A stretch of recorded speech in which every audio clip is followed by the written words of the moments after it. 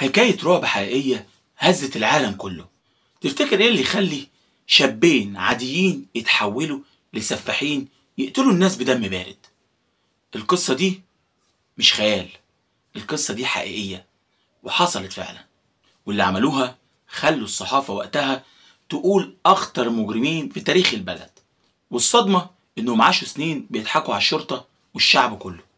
اتنين من أحياء فقيرة، محمود ومحمود، نشأوا وسط منطقة فقيرة جدا، ما كانش فيه أسرة وانحراف مبكر.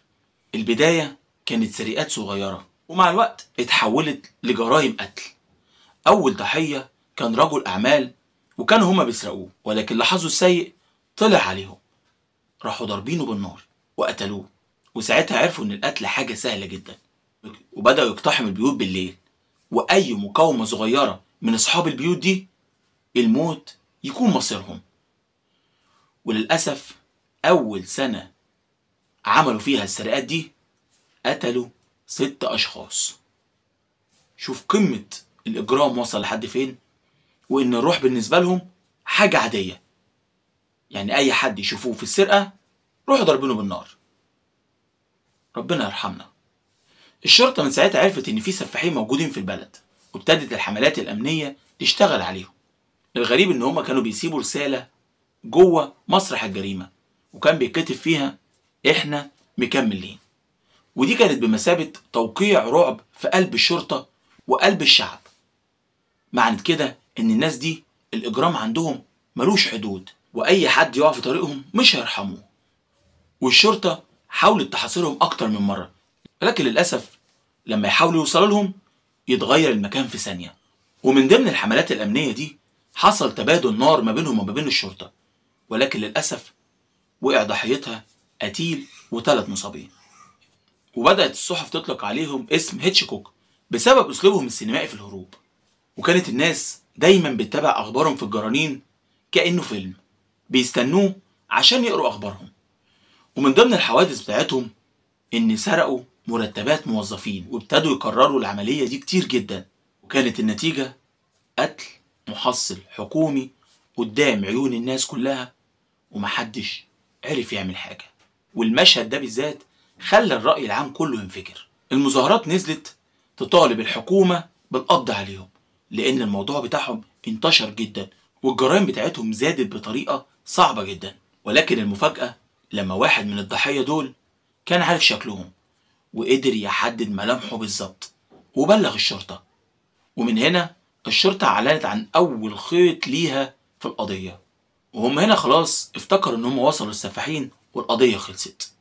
ولكن الموضوع قعد شهور طويلة جدا في المطاردات، ودايما يحاولوا يجيبوا أي معلومة عنهم.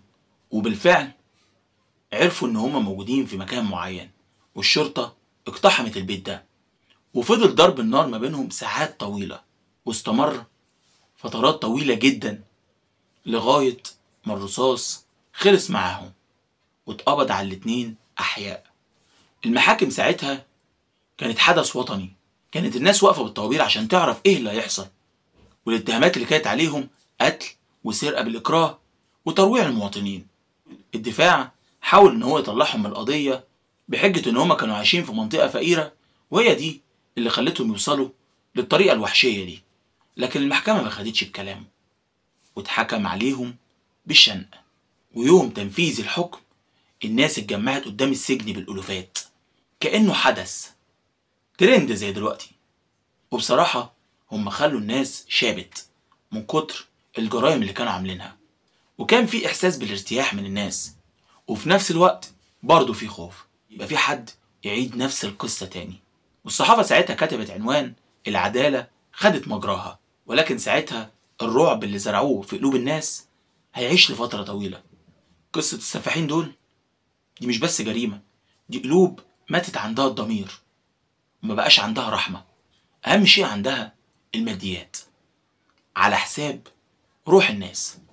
وهنا لازم نسأل سؤال، هو السفاح بيتولد سفاح، ولا الظروف اللي هو بيتحط فيها هي اللي بتعمل منه سفاح؟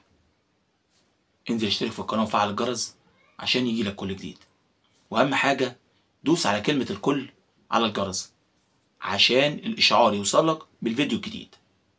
يلا ما تنساش اللايك. اشوفكم على خير في فيديو جديد. السلام عليكم.